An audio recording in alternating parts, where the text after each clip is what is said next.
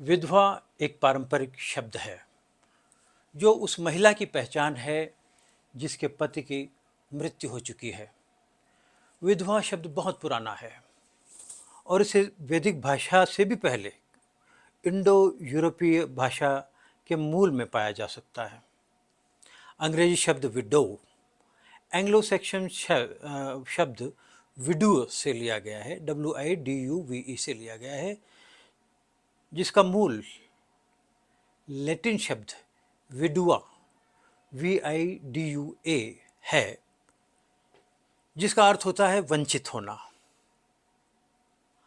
आज के समय में विधवा के साथ होने वाली प्रथाओं को स्वीकार नहीं किया जा सकता, क्योंकि आज मानवाधिकार और लैंगिक समानता की संस्कृति है। वैधव्य का अनुभव आमतौर पर त्रासदीपूर्ण होता है, जिसमें वंचित होना, अधीनता में रहना और अपमान के घूंट पीते रहना शामिल होते हैं। महिलाओं के खिलाफ हिंसा अभी भी व्यापक है और इसका मुख्य कारण लैंगिक असमानता है।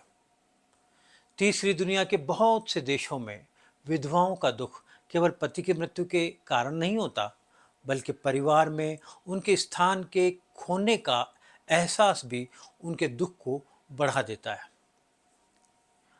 अक्सर उनके परित्याग, निर्धनता और अपमान में उनका विधवापन बदल जाता है।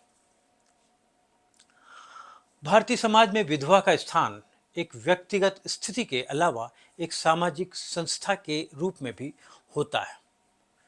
विधवाओं की वंचितता और कलंक धार्मिक और सांस्कृतिक प्रतीकों के कारण ये चीज़ें बढ़ती हैं। भारतीय समाज, जो कि एक पितृसत्तात्मक समाज है, में महिला की सामाजिक स्थिति पुरुष के माध्यम से निर्धारित होती है, पुरुष के माध्यम से परिभाषित होती है।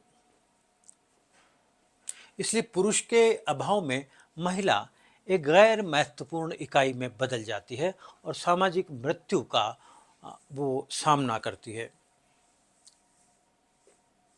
खासकर हिंदू विधवाएं समाज में वो कई प्रतिबंधों का सामना करती हैं।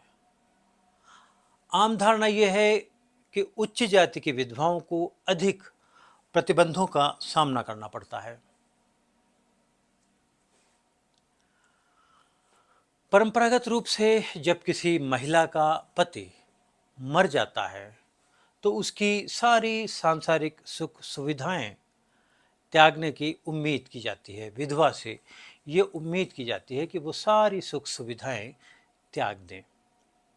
विधवाओं को अनाकर्षक और अस्वच्छ दिखाया जाता है या उनको ऐसे रहना पड़ता है और उन्हें पूरी जिंदगी केवल सादा सफ़ेद साड़ी पहननी होती है।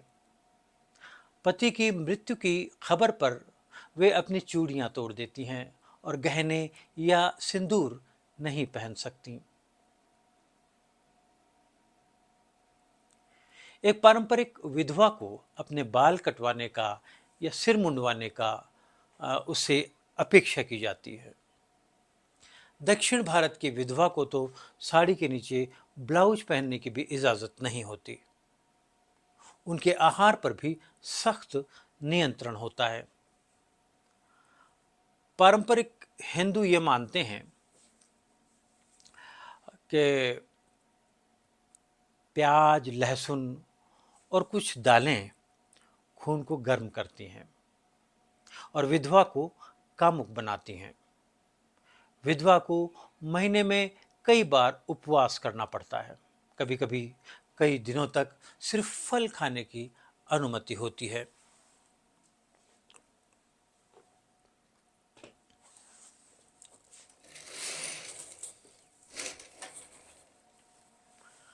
बंगाल में विधवाओं के प्रति व्यवहार विशेष रूप से कठोर रहा है, खासकर वहां की बाल विवाह की प्रथा के कारण। लड़कियों की शादी 8 या 9 साल की उम्र में कर दी जाती है, हालांकि वे अपने माता पिता के घर में ही रहती हैं और केवल यौवनावस्था में वो या उस यौवनावस्था के बाद वो अपने उनका पति उन्हें लेने आता है।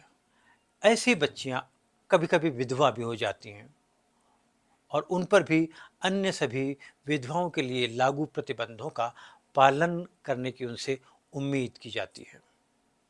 अब आप सोचिए कि ऐसी स्थिति में उनका जीवन कैसा होता होगा।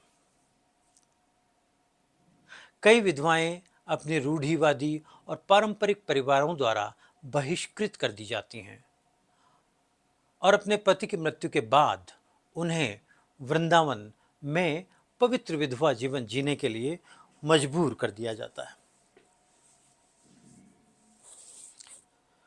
समाज द्वारा बहिष्कृत हजारों विधवाएं वृंदावन के पवित्र शहर में मरने की प्रतीक्षा करती है, अपनी मौत का इंतजार करती रहती हैं। वे सड़कों के किनारे झुकी हुई स्थिति में अपना सिर मुंडवाए हुए और दर्द से भरे चेहरे पर गहरी झुर्रियों के साथ देखी जा सकती हैं। वहाँ वृंदावन की गलियों में वो पाई जा सकती है। सोचिए, बगैर विवाहित जीवन जिए ही वो विधवा बन जाती है और उन्हें बाल कटवाने, सफ़ेद साड़ी पहनने जैसी कठिनाइयों से गुजरना पड़ता है।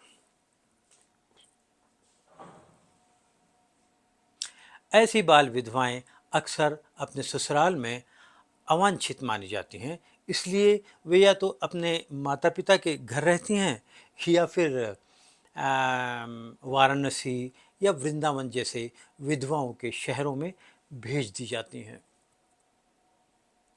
और उन शहरों में वो अपने बच्चों और अपने परिवार से कटकर आश्रमों में भीख मांगते हुए या सड़कों पर गाने गाते हुए एक निम्न और एकाकी जीवन गुजारती हैं।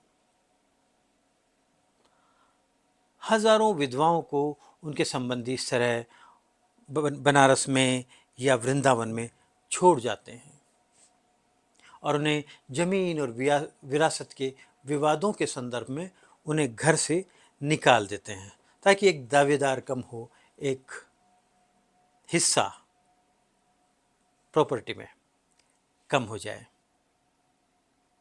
आगे के कुछ वीडियोस में विधवाओं की स्थिति के बारे में मैं आपसे और विस्तार से चर्चा करूंगा। मैं चाहता हूं कि समाज में उनकी स्थिति पर बहस हो। तब तक के लिए